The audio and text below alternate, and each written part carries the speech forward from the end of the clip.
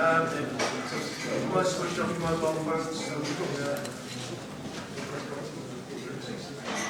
We're here today to announce a show that's taking place in Liverpool on the 11th of December, which is my 30th anniversary show. Featuring on that night, my father would be 7 fights that I promoted, so it'd be involved in title fights. So it's the return of the seventh. The show's on in Liverpool. The main event will feature Nathan Cleverly challenging for the interim WBO light heavyweight title. We will be announcing the opponents next week. There'll be a press conference next week in Liverpool where we'll be announcing who these guys are fighting. There will be the middleweight championship of Europe where Matthew Macklin making defence of his title. The WBO Intercontinental Welterweight Championship fight, Kell Brook, who fights somebody from the top 10, which will be, I believe, his final fight before he challenges for a world title wins against Mike Jones in February, end of February next year. Cracking fight, Super Middleweight Championship of Great Britain between Liverpool's Paul Smith, that's what we're going to end of the table, and James DeGale. Great fight involving two great guys. You've got to be two nice guys in the game. I've managed both of them. It's a difficult fight for me to make, but it has to be made, and it's one I'll certainly sit with my hands on whilst I watch it.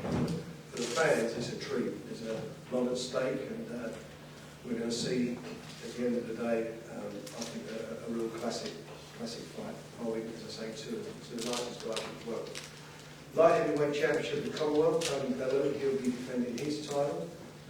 Tony, a nice fight game from him in Liverpool, his 14th fight undefeated. Then we've got Frankie Gavin attempting to break into the top 10 of the WBO. He'll be challenging for the vacant WBO Continental Light Welterweight Championship against Dean Harrison. So it's a step up for him, good fight for him. If he wins that, I would expect him to fight for the British title next year. Live into the arena will be from Germany. You'll be seeing the fans who pay their tickets. We'll be seeing a great event, which will be Vladimir Klitschko defending his WBO and IBF heavyweight title against Derek Chisora. There are 7 fights. If you buy a ticket on the night, you'll see all that live. It's a brilliant show. Great value for money. We had a tremendous feedback from our last show that we did with the 7 guys, and I think this one's going to be better because there's even more at stake. And obviously we're backing it up with an undercard featuring some of the best young fighters in Liverpool, Neil Smith, Joe McNally, Ronnie Heffron, Joe Selcott, Paul Butler, and Billy Joe Saunders having his first fight back after his operation. 30 years in boxing, it's been a tremendous ride for me. I've had some of the best fun ever. It's been like a dream for me. I've met people, been all over the world, been involved with some of the best athletes. You can meet some of the nicest guys. A few ups and downs on the way, but most enjoyable. And this show for me is going to be one of the best and one of the most competitive that I've been on for probably since the last one. So looking forward to it. Looking forward to seeing all the guys in action. Looking forward to a sellout crowd, and we'll see some good fights and see these guys continue their journeys onto bigger and better things. I'm sure you've got some questions, Lord, so feel free to do so. James, do you see this as a big step up in class? Definitely. It's the best super middleweight in Britain, and yeah, of course it is. Definitely. What's your thoughts about fighting with James? Liverpool, I've said for a long time, obviously all fighting with Liverpool. I also said on Stephen, who doesn't want to Glasgow, doesn't know the way the fight is, today with 2 boxes, and that's all it is at the end of the day. Because I'm not that fan of this, you can see me in pace, but the same fans will still be awfully tired. Paul, there was Needle when you fought Quigley and when you fought Dodson. Is it weird watching someone you're on friendly terms with? I said all along, it'll be better for me, it'll be a lot. Everyone, I want to get a name to be in the house, also, first conferences and all that, it's not me, fought 2 at the bottom in the last fight, so Malty and want to come and do all the stuff in the press conferences, but no, it'd be nice to just get out of business and just get the kids how well known, sorry, how well do you know James? I've known him well, I've known him a long time. He's boxed my brother for years, and I know James and all his family, and all the team in Arthur, and all his boxing as well. There's no secrets from either side. You followed Paul's career a lot, James? Of course, we used to watch, like me, Snigger in the England camps, used to watch him as professional. He's been professional for like 8 years, I think it is. So I followed him. I've seen his record grow. I've seen his career grow. So of course I have. So it's a big support up there from your fans as well. Yeah. So listen, Liverpool's my second home. I love it. It's a great city. It's great people up there. And yeah, I like to think I've got my own fans up there as well. So yeah, I'm looking forward to it. But I'll bring a good army up there anyway. Fantastic night for the city of Liverpool, having so many great fans there, Frank. Yeah, I think it is. I mean, as I say, that's just 30 years on, and it's going to be a cracking deal. When you see some of the opponents that are announced next week, I think you can see what Tree Hills what the fans are looking for. We're looking to really make it a fabulous night. It's a concept we've thought of, I thought of, and sort of discussed with Sky.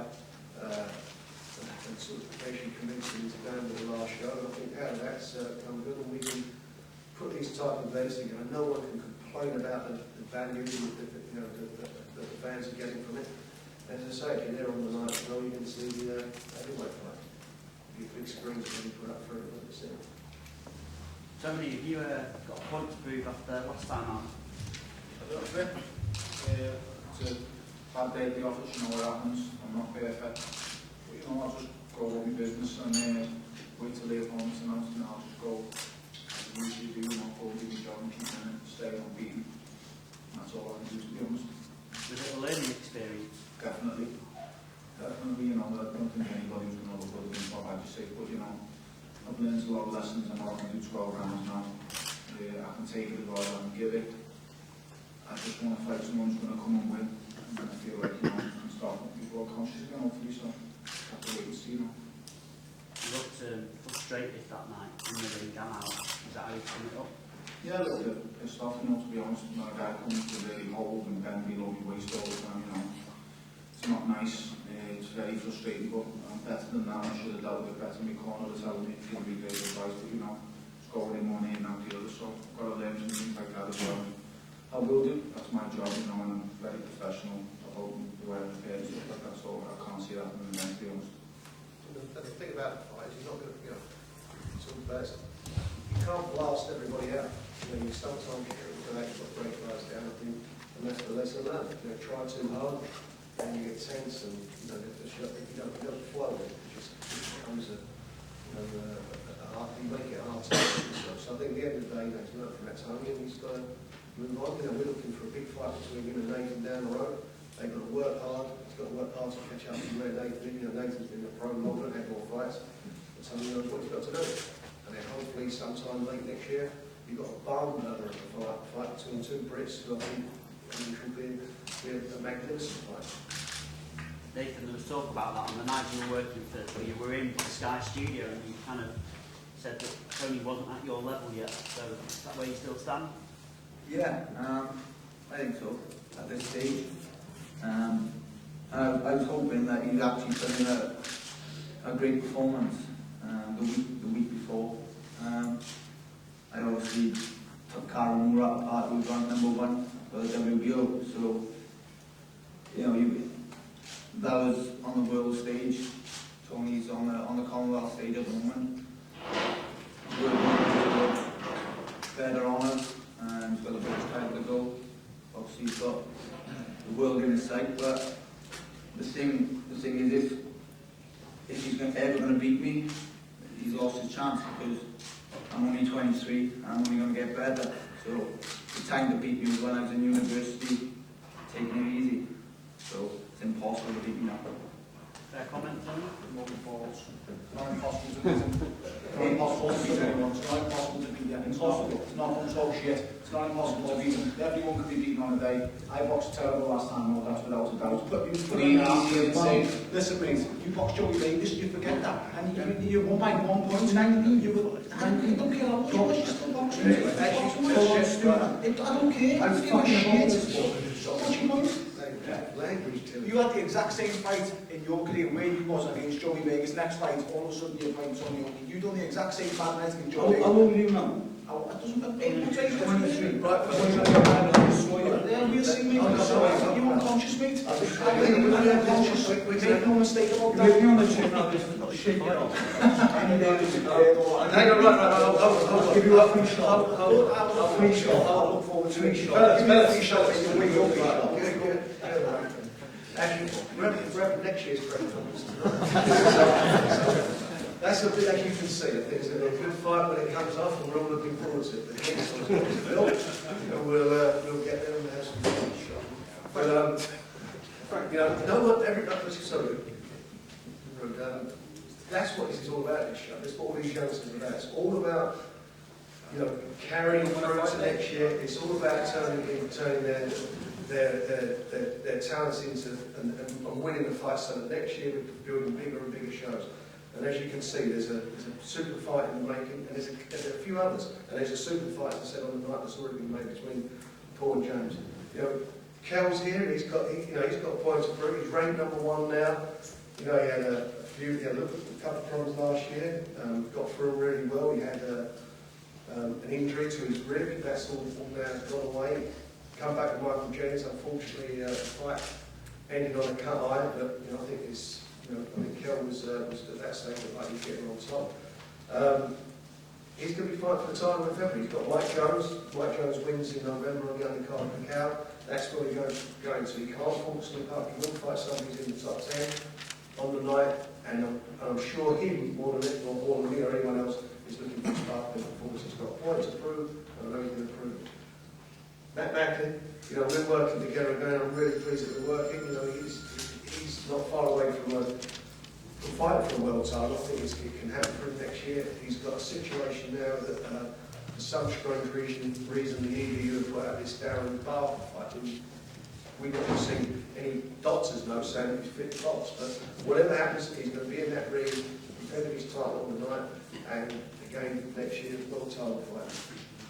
I said earlier, you know, Frankie, got great, you know, I expected really great things of him. He's a quality operator. I mean, his fight on the night, for some reason, didn't get recorded, and I think they missed a trick in not recording that. But you know what?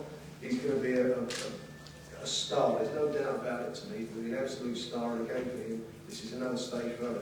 They're moving quick. Frankie's moving quick. You know, James is stepping up to the plate very quick after only 10 fights. But you know, they've had tremendous amateur careers, had a tremendous grounding, and we're going to see where they can go. It's you know, just a fabulous night of boxing and fabulous future. You know, this is the future. You're looking at the guys who are going to take boxing, you know, over for the next sort of 5 to 6 years. These are the guys. Frank, have you got any agreement about whether the fight between Brooke and Jones will actually be here in America? And what's the situation with Brayman? Well, the situation with Brayman, he's supposed to defend against Nathan. There is all these governing bodies have a regulation that at any time, if they enter into a unification match, that takes precedent over everything. And he's said that he's got a fight with the WBA champion, and that's what they've asked for. Now, whether he's going to fight or not, I have no idea, because he's being active. There's this big thing about whether he's going to be stripped. So in the meantime, Nathan's going to be the interim. He'll fight for the interim title. If he wins that, I'm quite sure that he'll be installed as champion. It's, you know, it's happened before. So that's his world title fight. This is for Nathan, is where he's going to be. So what do you have a question? Kel, have you got any agreement with Paul Bearer? I spoke about, we've got a verbal agreement to make the fight. We'll make it. Where? Here or here? Yeah. When this fellow fights in Philadelphia, he's got 40 big places now. This is his biggest show. He's got a tough fight, by the way, in Texas on the 13th. Yeah. So he's got a tough, it's not an easy fight for him. I'll tell you what, I've looked at him, I've watched him, and I'll be really surprised if Kel get beat. Frank, is the situation also with Matt? There's purse bids for a Barker fight. When you look at it, someone else lined up. Purse bid for guys who don't fight. It's pointless. He's not. How can you put a guy in for a purse bid when you have no medical clearance for it to box? I mean, I'm hearing all sorts of stories. This man might not fight for 6 months. In the meantime, he's trained like you can't believe for the last fight. Disappointment for everybody. In his hometown, when he sold a stack of tickets, was accused of ducking him, and he was there for it. They pulled out. Now, if he is injured, if he's got this hip injury, I mean, there's no contact. Trying to find anything out from Nick Hennessy, I'll tell you what, MI5 should employ him, because you can't find out anything. You can't find him. He's on the missing list. That's the head of security of the room. So David Cameron employed Hennessy. We can't find out what's going on. It's ridiculous. And the Border Control have a duty to the licence holders, i.e. Matt and myself is promoting him, to let us know what's going on. To get on with him and say, are you fighting? Where are you medically fit to box? Will you be available to fight in December? If you're not, then can we get on with our business and stop holding everything up? Because it's typical, every fighter that Hennessy's involved with, they seem to go to the ground or they don't show up to press conferences. It's always a problem. And never fight. There's always some problem surrounding them. It's not fair. It's not fair on the guys who are true pros. And I'm not making Barker. I just think it's people around him. He's a pro. He's working hard, and he wants his time to come. He wants to fight for the world title. Paul's the same. He wants to fight for the world title. He's taking this fight. He sees this fight as being something to push him up there for them. James is looking for the same thing to push him into career. They're all fighters who want to fight. No point being a boxer if you want to sit on your backside and not getting out there. We go back to LA, Matthew? Yeah, we got back in a couple of weeks. How's it been out there? Yeah, well, last time, but definitely the camp for the Barker fight was by far above and beyond anything I had. The sparring was top notch, and that's what was so disappointing then when the fight fell through. Because as much as you try and stay professional and stay focused, it is an anticlimax, and it's subconscious that you do go a bit flat. But we had the women European champion again, Tom Rackets in the top 5 or 6 for all the governing bodies. So I'm in this position to be world champion, and I know I'm ready to become world champion, and I don't think I do a fight for the title. I just wanted to come there. But yeah, it was a great camp out there last time, and I'm sure this will be the same. Frank, what sort of names have you got coming for your 30th anniversary of the old fight? We would debut invites out to them, and we'll get pretty quite good there. If that's still a place up itself. So will Joe and Ricky be getting one? What's that? Joe, Calzaki and Ricky? I don't know, it's all for me, so. Okay. What's the problem with that?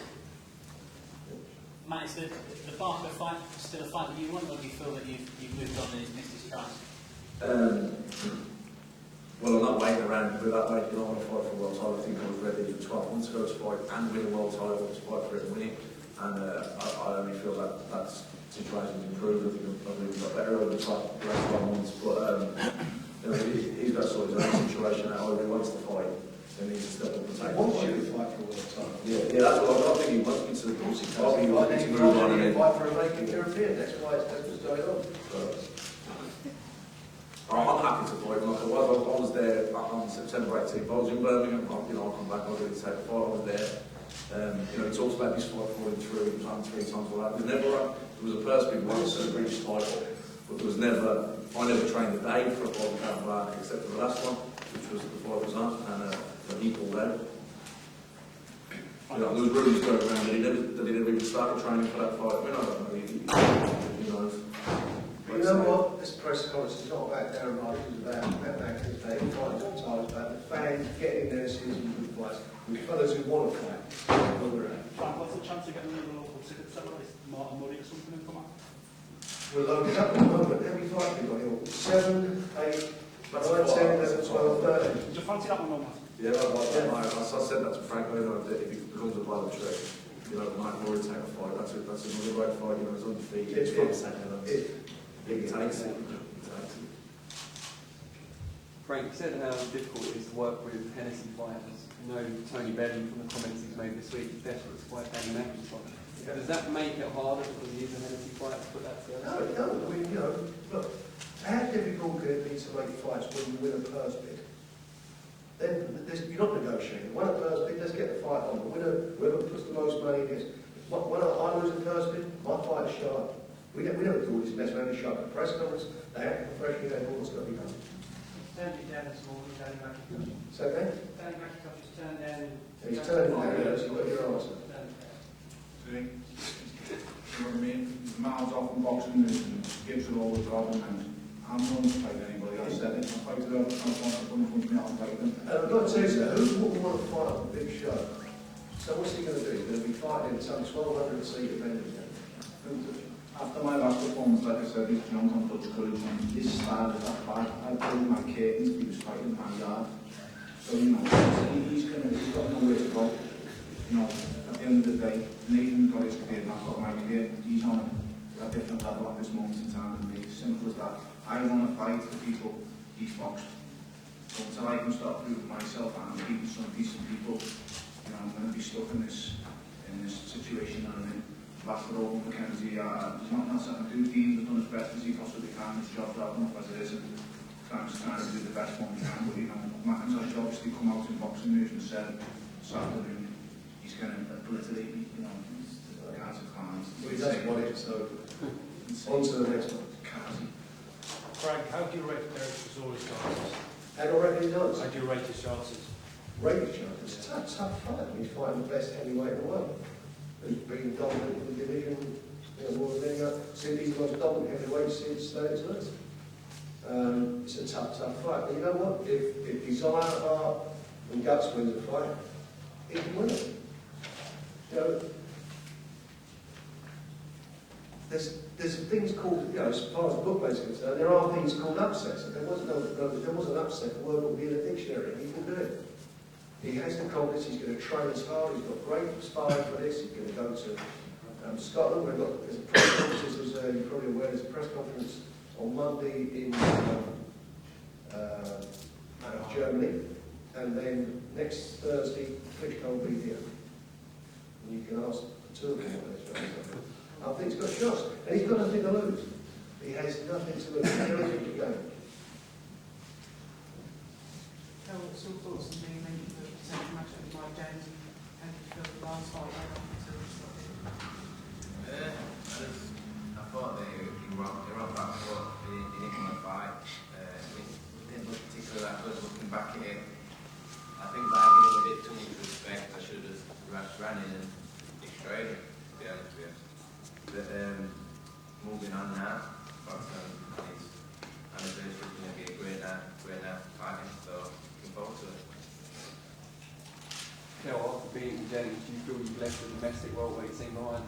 Yeah, I think beating him, everyone thought that he were one of the top like one or two, so I've gone on to prove that I'm number one and I'm going to march forward now and I'm on the world scene, so looking forward to winning that world title belt. Frank, back to the British title fight. Yeah. James had 8 fights and they've been past 5 rounds. Are you really ready for boxing? We're going to find out. That's not it. You're Not the way things going are to done, find we'll out. Is he ready? You know, I've got no idea. He's confident. Jimmy McDonald, his trainer's confident. They're confident of it. You know, it's a fight that actually made it. It wound up making itself at the end of the day because Paul we were looking to make him a European or world title. But hang around. He's how long has he been playing for? 8 years? Yeah, he's looking to make big money. And this fight will turn something into being well, it's not the end of the world, the revolution, whereas James is, of course, it's not the end of the world, but it gets the division going, it creates a bit of controversy. And it's, you know, it's one of those, for me, it's what boxing is all about. Everybody's got an opinion about it. You just said, quite right, you know, what happens after 5 rounds? We don't know. But you're going to find out if it goes 5 rounds, if it doesn't. And one thing for sure, I know both of them will be given 100% in the ring. James, do you see it as a risky fight at this stage?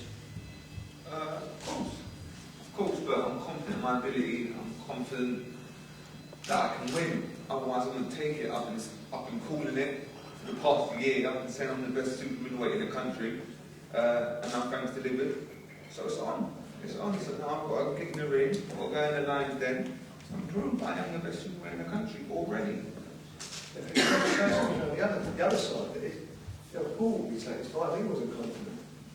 So, you know, that's what you've got. You've got two guys, good pros in there. Fans get great nice boxing. Frankie, you're involved in the local garden with a lot of the Midlands area, and the fights from all the houses. Dean Harrison, I know him quite well. Sparred him last year. And then, takes me a roll back on the box rec. On box rec, so I asked him to get Dean to get in touch with him, saying he wanted to fight me. So I rang Dean. Then I fought Tony, obviously fancies his chances, but I don't know why, because I've done some inspiring. It's going to be no different on this handy level. If not, I'm going to do it in smaller gloves than her. Frank, is this sort of show what you think maybe is the future of boxing now? Magnificent Seven shoes. Well, I mean, you know, when I go back to be very honest, you know, sort of I suppose an old file now, you know, been around a long time. When I go back and look at what we used to do in the sort of late 80s, 90s, we put these mega events together, we had the input of American TV, which was great because we needed the money to make this happen. So, you know, I think now that you've got to give the fans value for money. It's a competitive market. There are a lot of fights out there. And you've got to give the fans what they want. I mean, the last show you know, the Seven last show, I thought, as a punter, and certainly for me as sitting there watching it, I found the whole thing. I come away from that show, I was absolutely exhausted. I'm not there fighting. You're watching it, and it's just like one after the other, you know, really all action. But the feedback, you know, you see the later in the trade paper, in the Boxing News, you see the stuff on the internet sites and some of the letters in the newspaper, it's been tremendous. And it can only get better, so that's what we have to do, is just to keep the momentum going. And I'd like to do at least 4 or 5 of these shows a year, and in the period time, you know, keep the other shows, the other stuff we can do in the building fights. But I think what's happened, certainly in my 30 years in the game, is fighters are now fighting for titles much quicker than they ever did. You know, you look at people's records like, say, Alan Minter, Tony Simpsons and all those guys, they were having 20, 24 fights before they even fought for a title. Now, it's happening, you know, these guys are fighting in 12 rounds. So I don't know whether the fitness level is greater or, you know, how that's worked out. But the fact of the matter is they're all maturing and fighting and getting involved in big fights much sooner than their contemporaries. Classic example of Chisora being Sexton now having a world title. Well, I've got to say, you know, Derek fight, when I was offered that, you know, I thought, what's his bit, you know, it is too soon. I'd much rather see him have a few more fights. But Derek drove me around the bend and he sat down, I want this, I really do, if you don't believe in me, you don't think I can win this, and we had that conversation. But the fact of the matter is, I do believe, I think he can be a quality fighter, but win, lose or draw, he's going to get great experience in this, in my opinion. And I think it can bring something out of it. If he wins it, and it's a tough fight for him. If he does, he may be a national hero. Get rid of one of the Klitschko's. Frank, do you think in this sense then, in this case, there's too much emphasis these days on people's kind of undefeated record? Do you think like a loss isn't necessarily a bad thing, it's a learning experience? Well, you know, to be honest, you know, I like to see fighters, if you're involved in the fight, of course I like to see them have undefeated records. But there are guys in there, you know, Matt's had a couple of defeats, look where he's got himself practicing. You know, there are guys who've been beaten. I mean, Danny Williams got beat, you know, a couple of losses, then Sonny goes and beats Mike Tyson, and the next minute he's fighting for the world title. It's not the end of the world having an undefeated record. You know, Paul had a loss which was a very debatable one, but he's got one on his record. And it's you know, it's a situation where when you look at it, it depends how you get beat. If it's a controversial defeat, or if it's something where you know you can win a fight. Like Tony won that fight a couple of weeks ago. You know, he made the fight hard for himself, but he won the fight. Yeah, he lost it. It wouldn't have been the end of the world. You know, he'd been on having another fight. But TV companies want undefeated fighters. That's how, in my opinion, in my experience, how it's been. I mean, you're looking at Klitschko's record. He's had 58 fights. He's lost 3 of those 58 fights. But still the most dominant heavyweight in the last, 8 years. How's Billy Joe Saunders getting on? I know he's fighting 6-3 on the undercard. He's fighting on the undercard. He's had 2 operations in a year on his hand, and hopefully, you know, this will see to the problem. It's held up his career. He's a tremendous young talent, and he's got a bit of catching up to do. But he's a young lad, you know, he's a young kid who's got plenty of times on his side from on his hand.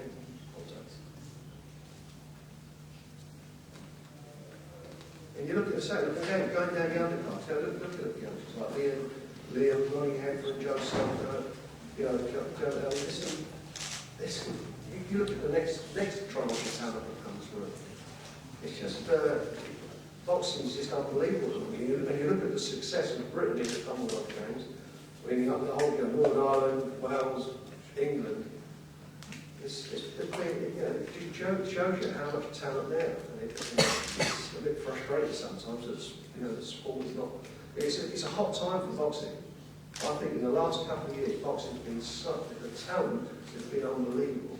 It's been some of the best talent I've seen in my time. So long may it continue, and hopefully we'll be here for my 60th anniversary.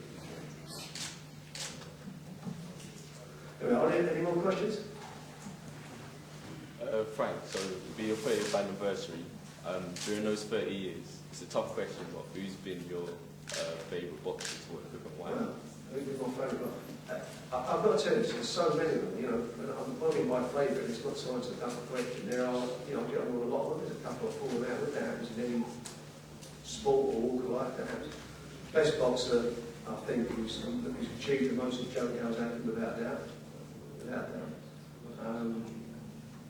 You look at Naz. Naz for me was, I thought, could have been the best out of all of them, but he just went off the boil at the end, and unfortunately listened to his family, and I think it wrecked the end of his career for him. He could have been one of the best.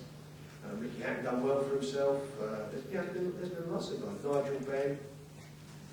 Yeah, it's some exciting times. Frank Bruno winning the world title, that was for me was great. Three times he tried to win the world title, and then he beat the guy who knocked out Alex Lewis.